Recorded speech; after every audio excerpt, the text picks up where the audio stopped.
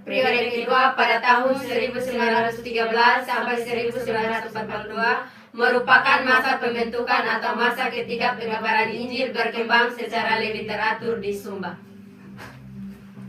Setelah fondasi pelayanan diletakkan pada masa sebelumnya, para sending mulai memperluas pelayanan ke berbagai wilayah. Mereka mendirikan sekolah, membuka pelayanan kesehatan, menerjemahkan bahan-bahan pengajaran, dan membina hubungan dengan para pemimpin adat. Pada masa ini, pekabaran Injil tidak hanya berjuang membawa orang kepada iman Kristen, tetapi juga meningkatkan pendidikan, kesehatan, dan kesejahteraan masyarakat. Hal ini menyebabkan pengaruh kekristenan semakin besar dalam kehidupan masyarakat Sumba.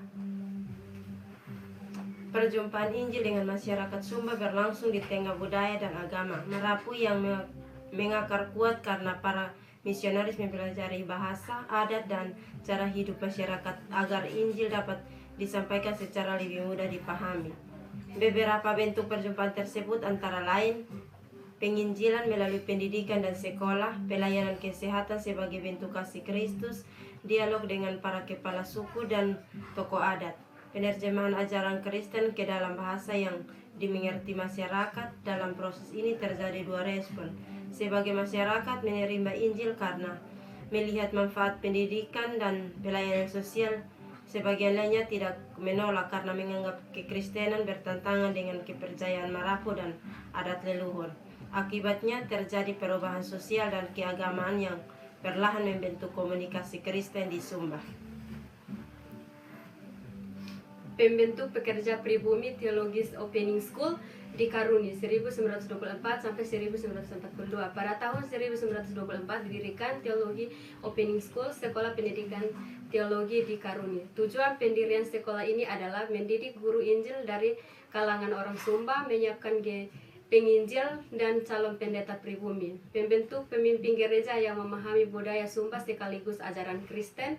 Materi pendidikan meliputi Alkitab, teologi dasar, pengembalaan, penginjilan, kepimpinan jemaat, pendidik, dan disiplin rohani. Sekolah ini menghasilkan banyak tenaga gereja pribumi yang kemudian melayani di berbagai daerah di Sumba. Kehadiran mereka mempercepat pertumbuhan jemaat karena mereka memahami bahasa dan budaya masyarakat setempat. Faktor pendorong dukungan pemerintah kolonial Belanda terhadap pelayanan sending. Berdirinya sekolah-sekolah Kristen, pelayanan kesehatan yang menarik simpati masyarakat, pendidikan tenaga gereja pribumi, pendekatan budaya dan penggunaan bahasa daerah.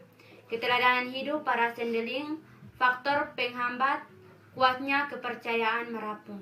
Penolakan dari sebagian tokoh adat, letak geografis Sumba yang sulit dijangkau, terbatasnya jumlah misionaris dan sarana pelayanan, konflik antara adat dan ajaran Kristen, dan beberapa praktik keagamaan.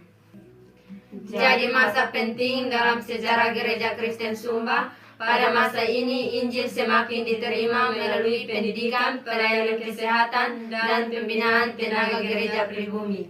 Walaupun menghadapi tantangan dari adat, agama Marapu, dan kondisi geografis, pelayanan misi berhasil meletakkan dasar yang kuat bagi pertumbuhan gereja Kristen Sumba pada masa berikutnya. Lanjut part 3.